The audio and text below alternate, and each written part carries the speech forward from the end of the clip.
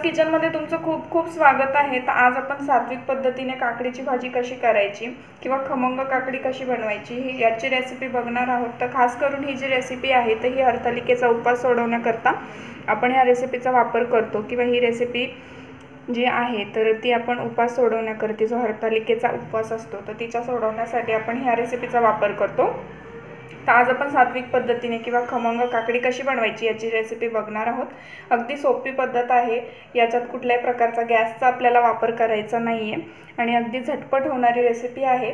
त्याशिवाय ही पचनासाठी ही खूप चांगली डिश आहे किंवा लहान मुलांनाही आवडेल अशी डिश आहे। तर वळूया कृतीकडे। तर इथे आधी कुठले साहित्य लागतं हे मी तुम्हाला दाखवते।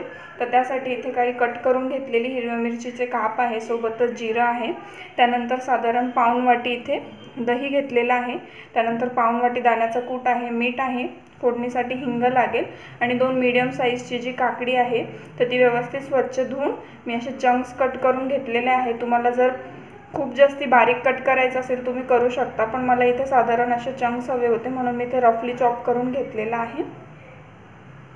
तर इथे अशा प्रकारचे एक मिक्सिंग बाउल आपल्याला घ्यायचं आहे।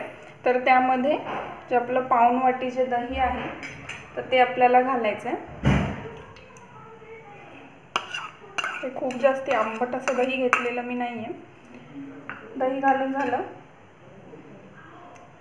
की याला व्यवस्थित आपल्याला फेटून घ्यायचं आहे। गुठळी आपल्याला यात ठेवायची नाही आहे, छान असं प्लेन होईपर्यंत फेटून घ्यायचं। तर इथे छान प्रकारे जे आपलं दही आहे तर ते फेटून तयार आहे। त्यामध्ये आता 2 चमचे मी साखर घालते। तर इथे साधारण 2 चमचे मी साखर घातलेली आहे, सोबतच चवीनुसार मीठ आपल्याला यात घालायचं आहे आणि याला देखील व्यवस्थित मिक्स करून घ्यायचं आहे। तर इथे तुम्ही बघू शकता छान प्रकारे असं आपलं दही जे आहे तर ते फेटून तयार आहे, व्यवस्थित साखर आणि मीठ देखील एकत्र झालेलं आहे।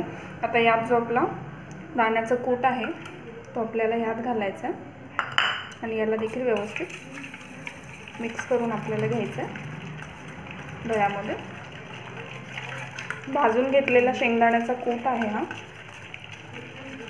आणि जी काकडी आहे तर ती मी रफली चॉप करून घेतलेली आहे। तर ती चॉप करून झाल्यानंतर व्यवस्थित तुम्हाला चाळणीवरती ड्रेन आउट करून घ्यायची, ज्याच्यामुळे त्याच्यात कुठल्याही प्रकारचा पाण्याचा अंश राहता कामा नये, किंवा एक सुती कपड्याचा वापर करून तुम्ही व्यवस्थित पाणी काढून घेतलं तरी देखील चालेल। तर इथे छानपैकी आपलं फेटून तयार आहे। तर त्यामध्ये आता आपल्याला जी आपली कट करून घेतलेली काकडी आहे तर ती आता आपल्याला घालायची आहे। व्यवस्थित पाणी मी काढून घेतलेलं आहे।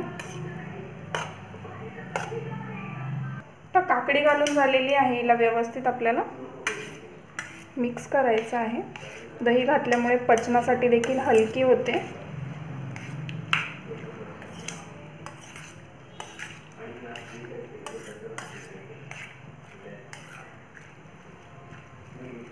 तर इथे तुम्ही ओला खोबऱ्याचा चव देखील घातला तरी देखील चालेल, आणि जे शक्यतो सात्विक पद्धतीने आपण जे बनवतो ते खूप जास्ती तिखट नाही राहत, त्यामुळे इथे काकडी आहे तर ती व्यवस्थित अशी जी आपली दह्यासोबत आणि दाण्याच्या कुटासोबत व्यवस्थित मिक्स करून तयार आहे। तर आता आपल्याला काय करायचं आहे, 2 चमचे साजूक तूप इथे मी गरम करून घेतलेलं आहे। त्यामध्ये आपल्याला जे हिरव्या मिरचीचे काप आहे तर ते घालायचे। हिरव्या मिरचीचे काप घालून झाले की त्यामध्ये चिमूटभर हिंग घालायचं आणि सोबतच 1/4 टीस्पून आपल्याला जिरं घालायचं।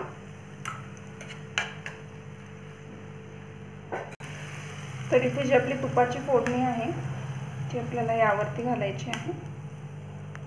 तिला देखील व्यवस्थित मिक्स करून घ्यायचं।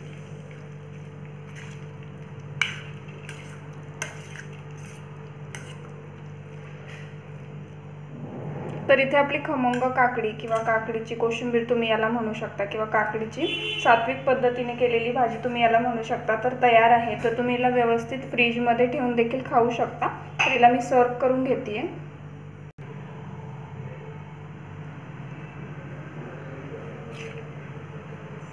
चला, तर इथे जी आपली सात्विक काकडीची भाजी आहे तर ती बनवून तयार आहे, किंवा खमंग काकडी देखील तुम्ही हिला म्हणू शकता। तर इथे मी हिला सर्व करून घेतलेला आहे। तुम्ही तिचं टेक्स्चर बघू शकता।